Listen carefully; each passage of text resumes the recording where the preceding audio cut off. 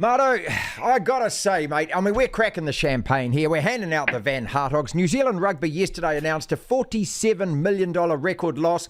That's a combined $80 million in losses in the last 5 years. And the CEO is saying this is just a financial success, unprecedented in terms of our national game.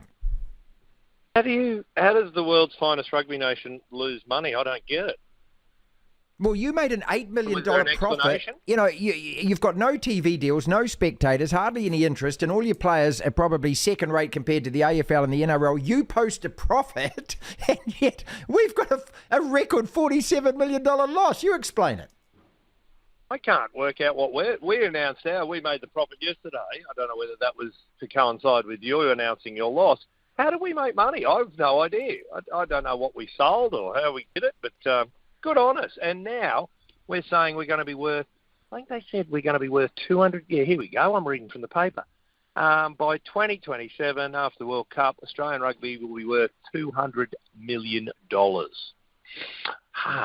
going all right. We were $27 million. We had a $27 million deficit in 2020 after COVID, almost wiped us out. And somehow we're going to go all right. The British Lions, they're saying British Lions will add plenty of money because those big blokes drinking and eating their way around Australia. And then the British Lions and then the World Cup. So things are going well here. I know not on the field, but off the field they seem to be going okay. And we can buy rugby league players. Yeah, well, apparently, according to Rugby Australia and Hamish McLennan, he's saying he's inundated with players wanting to switch codes. I love this guy, mate. He just, he's the little kid on the playground, you know, who just won't stop yapping, will he? Is anyone doing any fact-checking on him? No.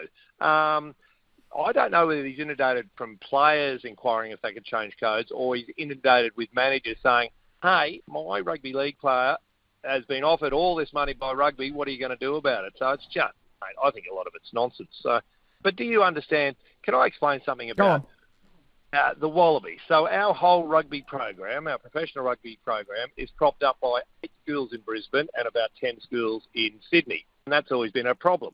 But somehow we've managed to battle away in our history of Australian rugby. But in the last 10 or 15 years, I don't know if I've explained this to you before, all the rugby league clubs, they get these 14 and 15-year-olds and go, wow, he's our next thing. They sign them for a little bit of money and bring them into a training camp. And then they send them to private schools that play rugby union because they know they get the best coaches. All former Super Rugby coaches are now go back to the school system. So they get good coaching, got great gyms, and they probably won't get arrested.